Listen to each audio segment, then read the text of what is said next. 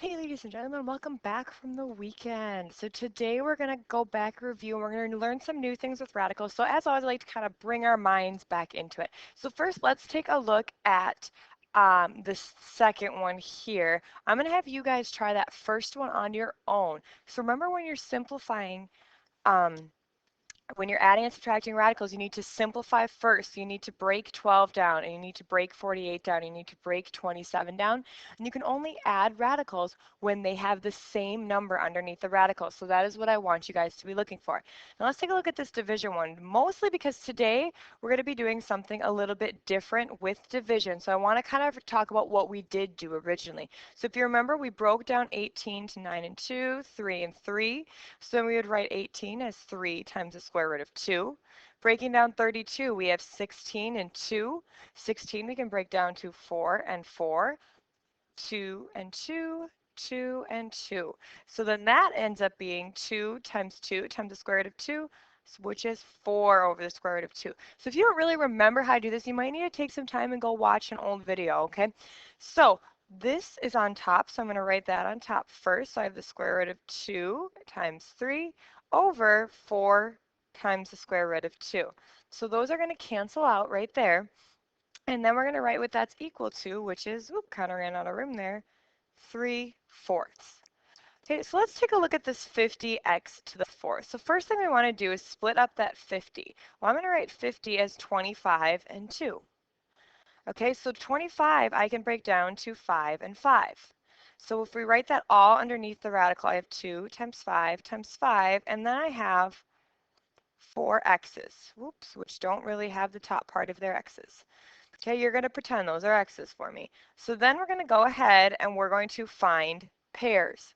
So I have a pair of 5s I'm going to take out, a pair of x's, another pair of x's, and left underneath the radical without a pair is that 2. So we end up getting 5x squared square root of 2 for that one. So next we're going to be talking about some radicals and simplified form of radical expression. Okay, so here's some things that are required for it to be simplified. We talked about this at the very beginning of this unit. You need to have no perfect squares underneath the radical, no fractions underneath the radical, and finally no radicals in the denominator of the fraction. So that's what we're going to focus on today. What does happen if there's a radical in the denominator? So we're going to be moving forward with that as well. Let's take a look next at what it means to rationalize denominators. If you didn't quite get that chart written down from the previous slide, go ahead, back it up and pause it. There is a lot of information on here. I do want you to get it written down, but if you need to summarize, that is okay. So we're not allowed to have irrational numbers or square roots in the denominator of a fraction. So if there is one, there's something we have to do about it. Okay, and that's something that we do is called rationalizing the denominator. So the first thing you're going to do is break down the top and the bottom. So just like we did on number 2 on this note sheet, we took each radical separately and we broke it down. Next thing you want to do is cancel any like factors between those two, pull out any pairs, and then you want to make a pair out of the remaining radical in the bottom. Okay, so we're going to take a look at what that looks like here in a second, but just what your biggest thing you need to remember is that if I take the square root of 2 and I multiply it by the square root of 2, that gives me 2. All right, then the last thing you need to do before you're completely done with anything is check that your final answer doesn't have any more simplifying that you can do. So let's take a look at what this is going to look like. So to start off with, we have this square root of 1/2. So the first thing we want to do is break it down into two radicals. So that gives me the square root of 1/2. So what I did is I did the square root of 1 over the square root of 2. Now, we need to check and see if we can simplify down the square root of 1 any further or the square root of 2 any further.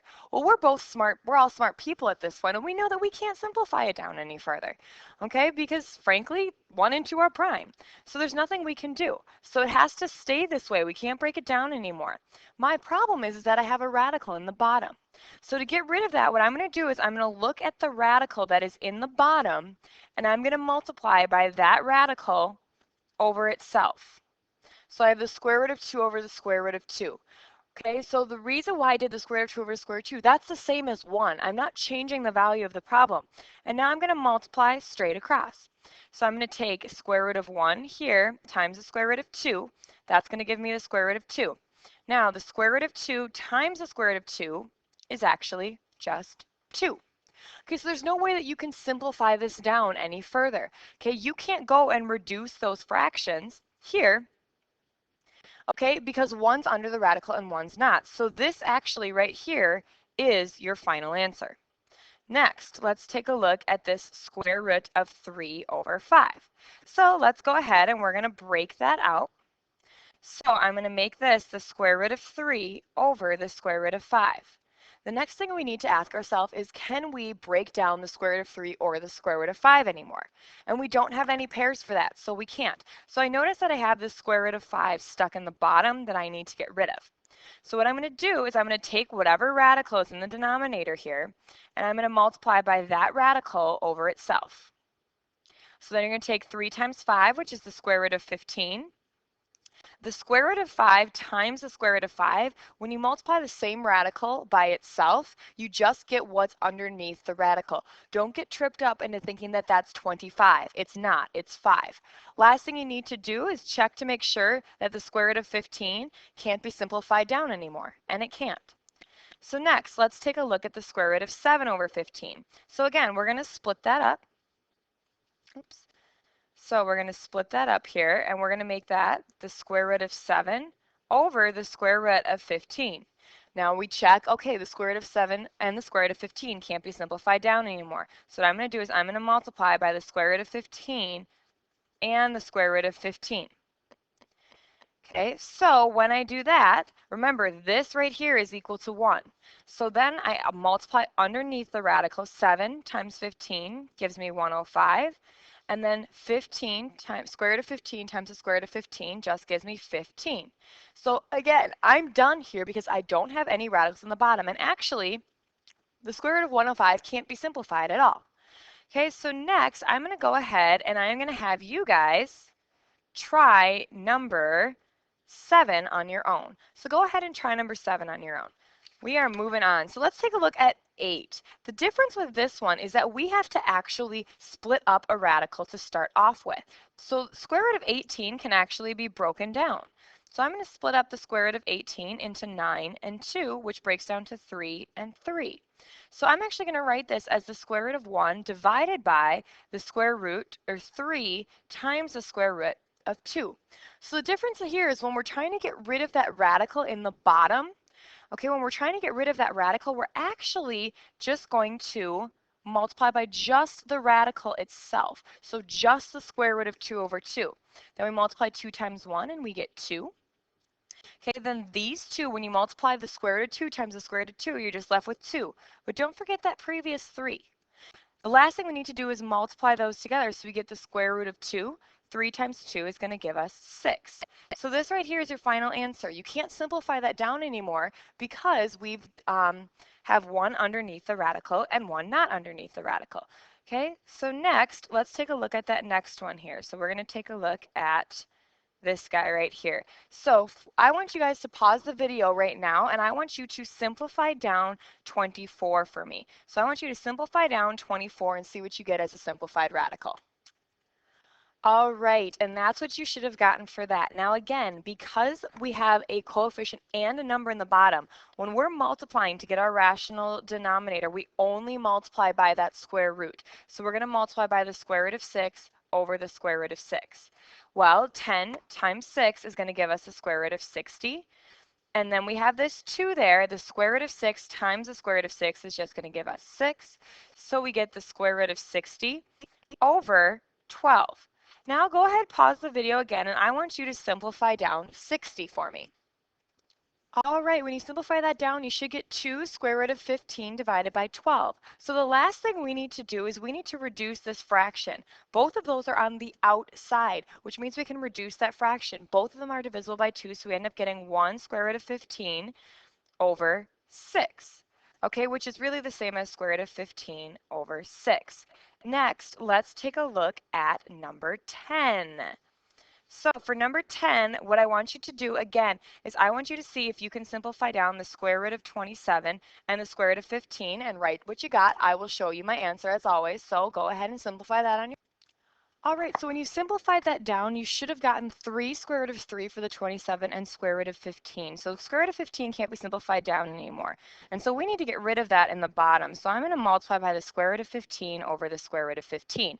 Now, when I go to multiply this, notice that I'm only going to multiply these two numbers together. That 3 is going to stay by itself on the outside because I only multiply things together that are also underneath the radical. Okay, so then I end up getting the square root of 45, and then beneath, square root of 15 times the square root of 15 is just 15. Next, go ahead and simplify the square root of 45.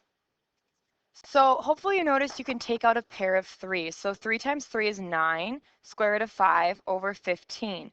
The last thing we need to do for this one is go ahead and simplify down that fraction. They're both divisible by 3. So you end up getting 3 square root of 5 divided by 15 divided by 3 is 5.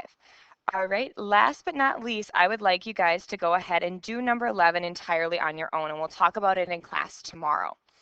Okay, moving on, let's take a look at number 12. So number 12, we're going to look at 3 and 21. So think about it logically. You actually can't simplify 3 and 21 down any further. So I'm just going to write this as the square root of 3, the square root of 3 over the square root of 21. So now I need to multiply by the square root of 21 over the square root of 21. Again, when you're multiplying radicals, you're going to multiply underneath those radicals. So 3 times 21 gives you the square root of 63, divided by square root of 21 times square root of 21 is 21. Now, before you call yourself done, yes, there's no radical left in the denominator, but you do have to make sure you simplify down any radicals that are left over. So this one could be 9 and 7, 3 and 3. So you could take out a pair of 3's, and that gives you 3 square root of 7 divided by 21. Now, here's where students make mistakes. Okay, so you have to watch what you're simplifying. We can't simplify the 7 and the 21.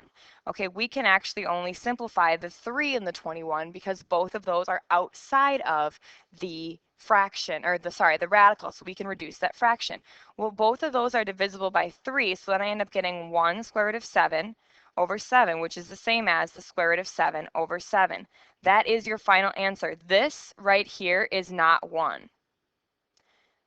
Okay, it's not 1, all right, because 1 is underneath the radical and 1 is not. So I want you guys to go ahead and try number 13 on your own, all right, and we will talk about it in class tomorrow, but I do want you to get it done before you turn in your note sheet. Let's take a look at this one. So this one we're throwing some variables at us. Just the same as we've been doing before, you need to break down each of these radicals. Well, square root of 3 can't be broken down anymore, so we're just going to keep that as square root of 3. But square root of 8, we can break down a little bit into 4 and 2, 2 and 2. And then I want you to finish simplifying that with those letters for me. Alrighty, so when you do that for the 8x cubed underneath the radical, when you simplify it, you should get 2x times the square root of 2x. So we actually need to go and simplify that. So I'm going to go ahead and I'm going to erase this so you have a little bit more space to do that with. So I only need to multiply by that 2x. Okay, that only when I'm multiplying, only multiply by just the radical part. So I'm actually going to multiply this by the square root of 2x. And I can keep this 2x on the outside.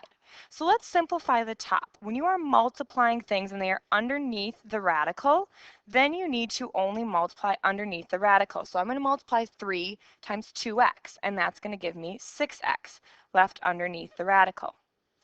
Then on the bottom, I have the 2x from here, but now I'm taking 2x, square root of 2x, times the square root of 2x. So when I multiply those two together, I end up getting 2x. So the next thing I'm going to do, I have the square root of 6x. Now I have 2 times 2, which is 4, x times x, which is x squared. So the last thing I need to do is check that anything can be simplified. Well, both the 4 and the 6 are in different spots. The 6 is underneath the radical, the 4 is not. So this is our final answer. Nothing else can be simplified.